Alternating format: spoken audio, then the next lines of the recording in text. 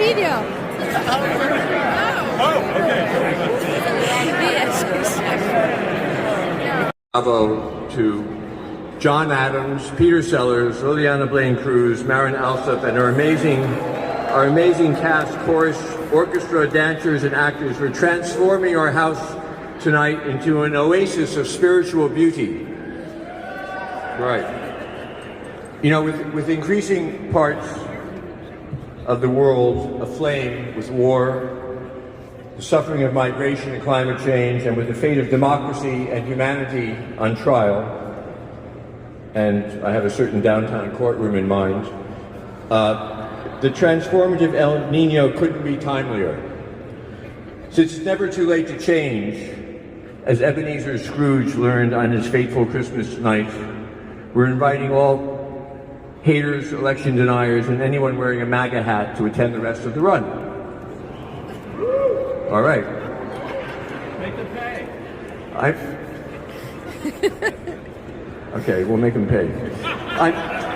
I'm proud that El Niño is the fourth John Adams opera to grace our stage, with the fifth to come next season, which puts John into a tie with Bellini and Tchaikovsky for most operas staged at the Met. And John, where's John? If you keep turning them out, you'll soon be vying with Puccini and Verdi, not to mention Wagner. I'd like to thank our sponsors, the Neubauer Family Foundation, New Works Initiative, and Met Board member Graham Berwind.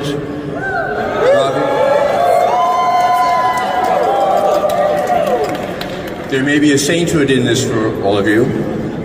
And to all the supporters of tonight's El Niño Gala, chaired by Deborah Roberts and her husband, Met Board member Al Roker, keeping it close to home by supporting an opera named after a weather system.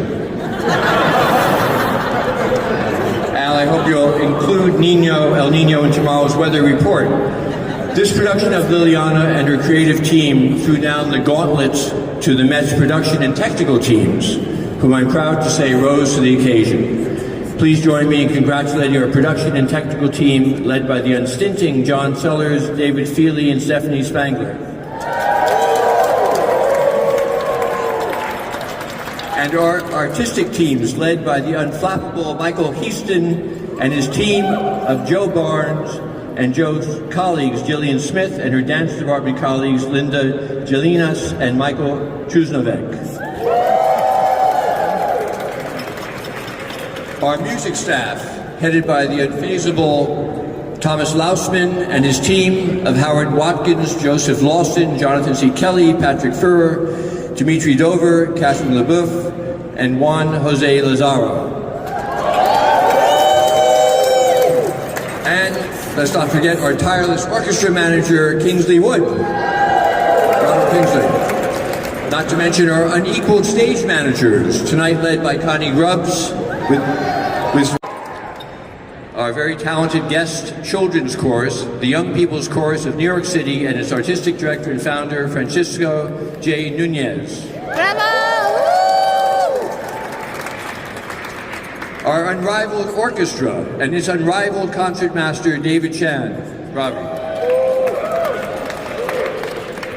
And let's give it up for the greatest opera chorus in the world.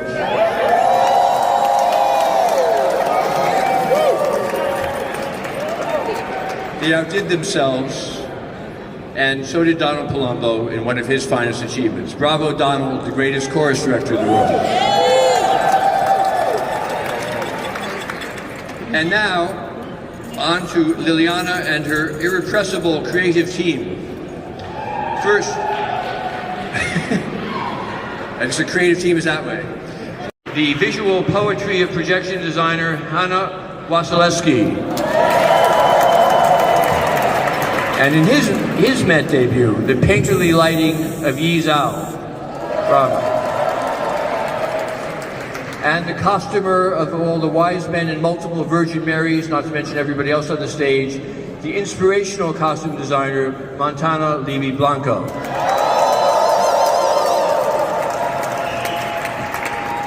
And in his Met debut, Lileana's artistic soulmate and fantastical set designer, Adam Rigg.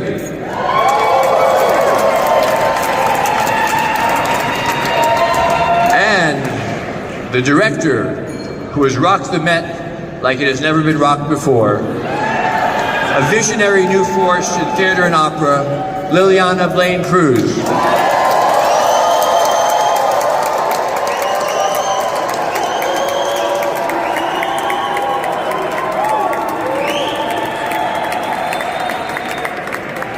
All right. And now, our amazing cast. First, our crack team of puppeteers tonight: Antoine Byers, Emmanuel Elpenord, William Gallagher, Jeremy Gallardo, Monica Lurch, Joseph Limos, Kimon Mura, and Simon Chung.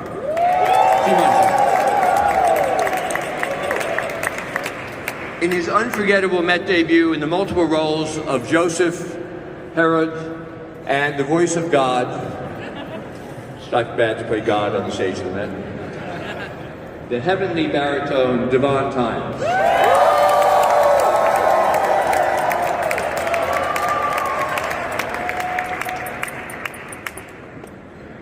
As Nefertiti, to the biblical role she played tonight, Mary of the Sea, the celestial mezzo-soprano, Janae Bridges.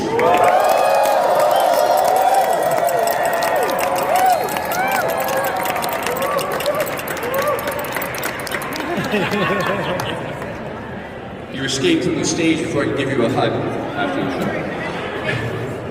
show. You changed beautifully.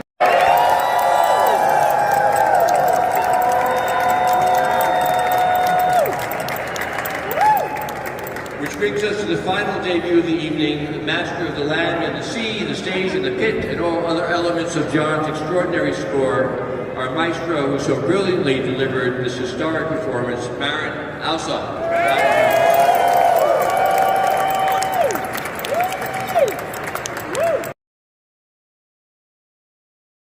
Making this a historic evening for the Met and for the world of opera and our art form. And John, would you say a few words? Okay.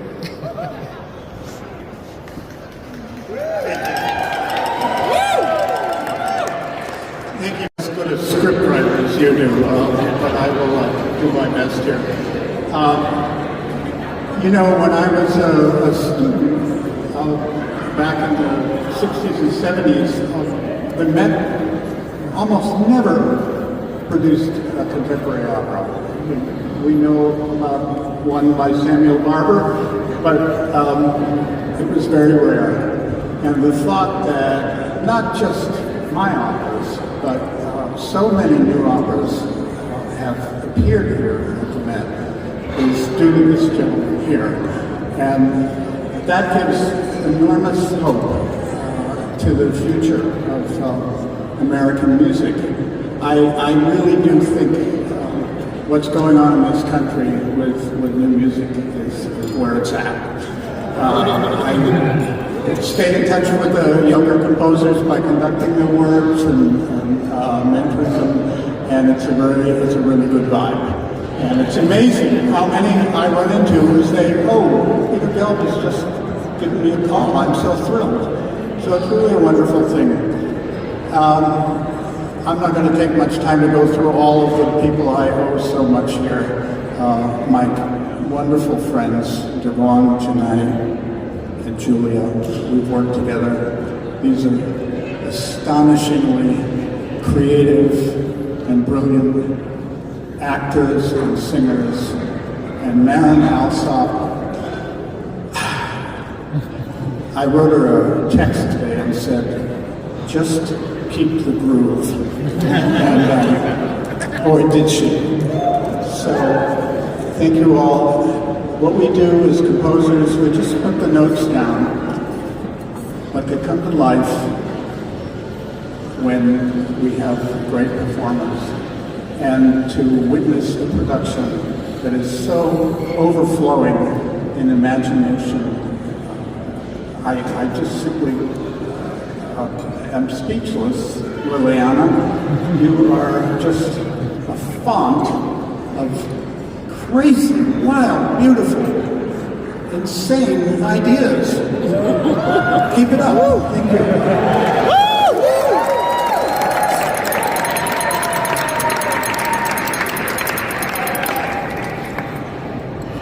That's it.